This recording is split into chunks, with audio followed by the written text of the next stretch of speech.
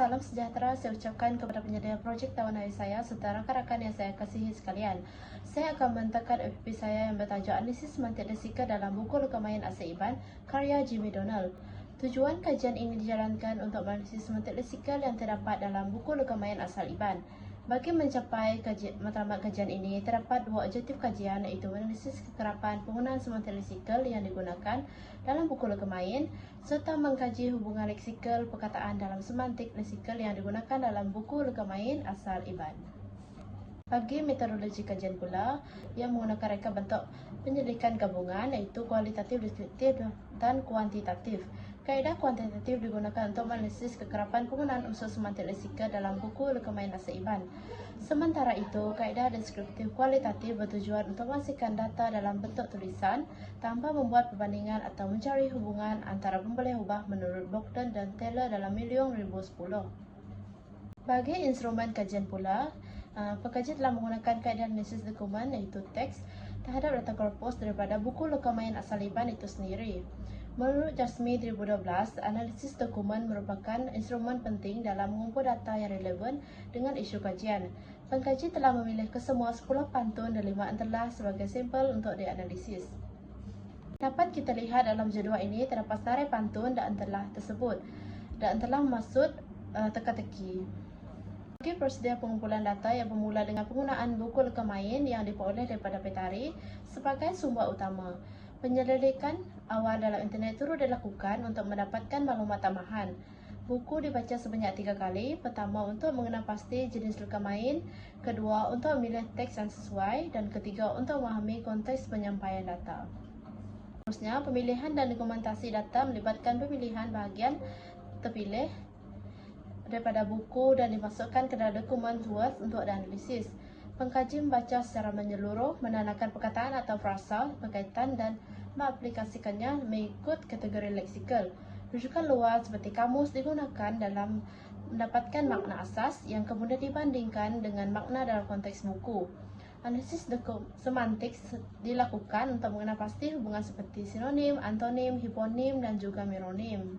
Bagi penganalisisan data yang melibatkan beberapa langkah utama. Pertama, analisis teks yang relevan dan menjadi fokus kajian. Kedua, pengkategorian data mengikut jenis-jenis semantik leksikal yang digunakan.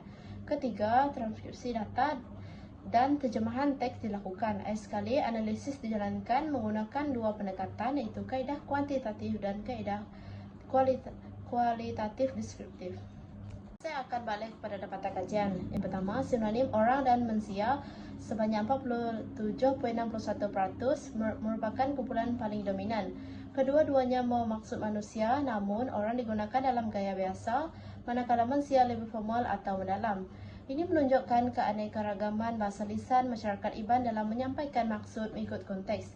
Kamban dan unggal sebanyak 14.28% merujuk pada sahabat atau rakan.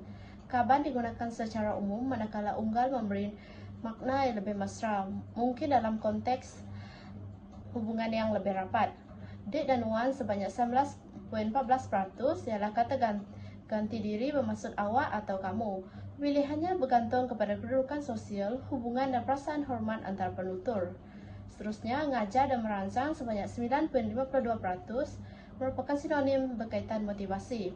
Ngajar lebih kepada mengajar secara langsung, manakala merangsang bermaksud memberi semangat atau galakan, sering digunakan dalam konteks nasihat. Seterusnya, bakar dan semak sebanyak 9.52% membawa maksud seperti atau bagai. Sinonim ini membentuk pembandingan dalam pantun yang bersifat kiasan dan pengajaran. Kepelbagaian penggunaan sinonim ini mencerminkan kekayaan leksikal masyarakat Iban yang memperindah gaya bahasa dan menggambarkan pemikiran serta kemampuan simbolik dan dalam berbahasa. Seterusnya, jadual berikut akan menunjukkan contoh hiponim dalam entelah. Bagi data yang kedua, iaitu entelah yang bertajuk Sekedar Entelah Tuai Kelia. Terdapat dua hiponim utama, iaitu jenawang sebanyak 33.32% merujuk kepada ruang privasi atau ruang panjang, iaitu jenawang bujang lempung, jenawang bujang renggan, dan menua sebanyak 66.64% yang bermaksud tanah atau kampung, iaitu menua kitai, menua ia. Penggunaan hiponim ini membuktikan telah berfungsi sebagai medium penyampaian nilai budaya dan sosial. serta mencerminkan kekayaan hubungan lingkungan dalam lekamayan yang penuh simbolik dan bermakna. Dapat kita lihat kesimpulannya di sini, kajian ini membuktikan bahawa lekamayan asal Iban karya Jimmy Donnell mengandungi elemen semantik lesikal yang kompleks dan kaya seperti sinonim, antonim, meronim, dan hiponim. Hubungan ini memperkaya makna puisi secara simbolik dan estetika serta menyampaikan nilai budaya dan warisan masyarakat Iban.